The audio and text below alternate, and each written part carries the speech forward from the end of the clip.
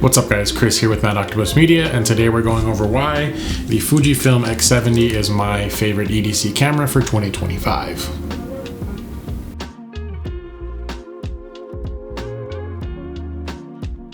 The Fujifilm X70 is an 18mm 16.3 megapixel X-Trans 2 sensor. It's a little old, came out in 2016 I believe, I think it was February of 2016. It's got a 77-point hybrid autofocus system, so it's not, something super modern. And then it has all of your regular Fuji controls that you would normally see on their Fuji cameras, whether you have an X70 or you have a newer X106. Raw images are pretty cool. It's an X-Trans 2 sensor, so you get some of that dynamic range that Fujifilm has. You get really nice skies, you get really nice highs and lows. The contrast is there, especially depending on the Fujifilm simulation that you're using. The contrast can get a little too dark. Your blacks will be crushed and it's hard to really bring those back. But I rarely shoot raw. I threw some images up on the screen for you guys so you can see where the image was before and after. So it's there. It's not amazing, but again, it is an older sensor, so I'm not really expecting too much out of it. I shoot on two X-T4s, plus an iPhone 16 Pro. I do ProRes out of that, so you're not going to get that kind of quality out of this little X70.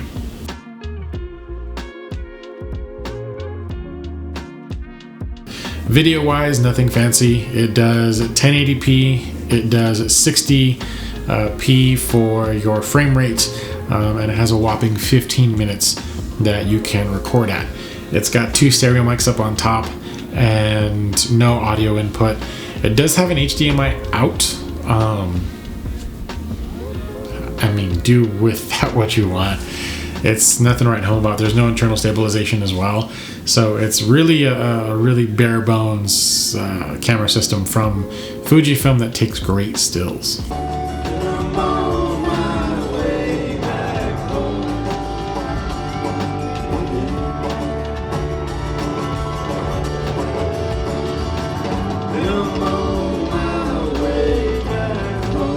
So does this compare to, say, the X-T4 or X100 series, like 5 or 6?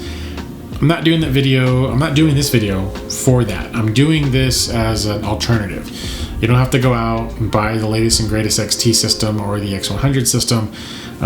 This used system, I've seen it as low as like $600 on eBay, all the way up to like $1,350. Please don't buy it for $1,350.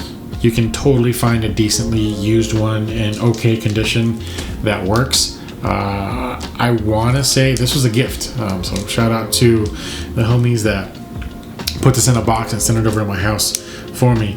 But yeah, I would pay like maybe $700 or $800 for this in a good condition. You guys can see, the screen isn't in the greatest condition. The lens is pristine. Like, I have no issues with the lens. This looks awesome. The flash isn't yellowed. There's really no dirt in the leaf system. I keep a piece of gaff tape on the bottom to kind of protect the corners. Up here on top, I have colored in with one of my oil pens, and I bought a little hot shoe protector on Amazon to put on top to protect the hot shoe. It will take your Fujifilm flashes and controllers, so there's something to think about there if you want to do some off-camera flash with it. But considering that the X70 is about the same size as an X100, I think I'd go for the X70 if I'm only doing stills. Like, I totally get that the X100s do awesome film stimulations and the sensor is, that much better. But this being just that much smaller and even more pocketable than the X100 series is why I'd stick to this. And the last thing, again, I can't remember if I talked about it or not, but it does have the auto up on top. So you can click that little button so that the auto will turn on. It does all the settings for you, and it takes the photo, so you can give it to some random schmo on the street, and they can take a picture of you and your significant other, family, whatever it is. For a quick size comparison, this is my Nikon L35AF, and as you can see, there's a little bit of a size difference here. Nothing too crazy, but again, like, it's not bad. I just don't want the camera to focus on me. Yeah, it's not bad. So it's pretty close. This one also comes with me almost every day. But that's the video, guys. Let me know what you guys think down below. If you want me to talk about the Fujifilm simulations and getting around different white balances so that you can use each one on the fly and, you know, make changes super quick, let me know. I'll make a little short or another quick video on it.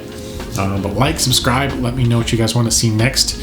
I know in the pipeline I am doing a how to use all of my different film cameras. A lot of them I'm putting them up for sale on my Etsy store. I have a Yashica, I have an Nikon in there, I think there's a Canon.